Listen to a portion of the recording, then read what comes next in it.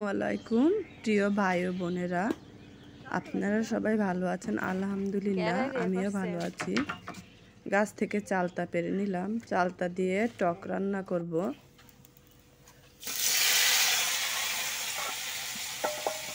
রান্না বসাই দিচ্ছি। আজকে বেশি কিছু রান্না করব না, টক আর টমেটোর চাটনি রান্না করব। আমার চালতার টকটা প্রায় হয়ে আসছে কাছাকাছি। টক রান্না করতে আর টমেটো চাটনি রান্না করতে বেশি একটা সময় লাগে না, অল্প সময়েই হয়ে যায় রান্না। এই যে টক রান্না শেষ।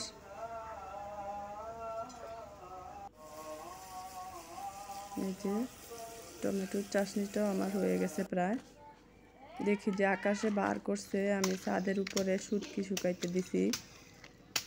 দেখি আমার বাসুর প্রস্তুতি নিতেছে, মরিচ ভেঙে নিতেছে, বীজের জন্য বীজ বের করবে। ভালো মরিচ রোদে শুকাইয়া এই যে শুটকিগুলো শুকায় নাই, আরও শুকাই দিতে হবে।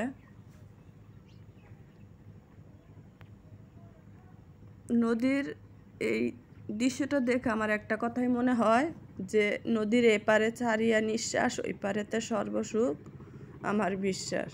এখান থেকে দেখতে নদীর ওই পারটা অনেক সুন্দর দেখা যায়।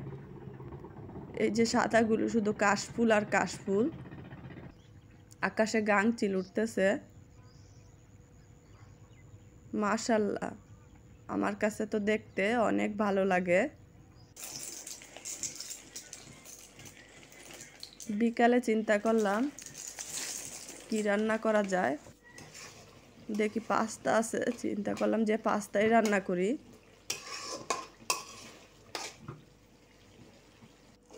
পাস্তাগুলোকে সিদ্ধ করে নিছি,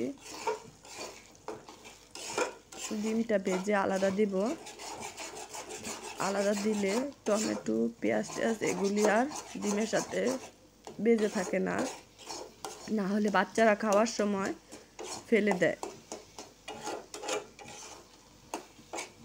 তার জন্য এভাবে আমি আলাদা ভেজে নিচ্ছি ডিমগুলোকে।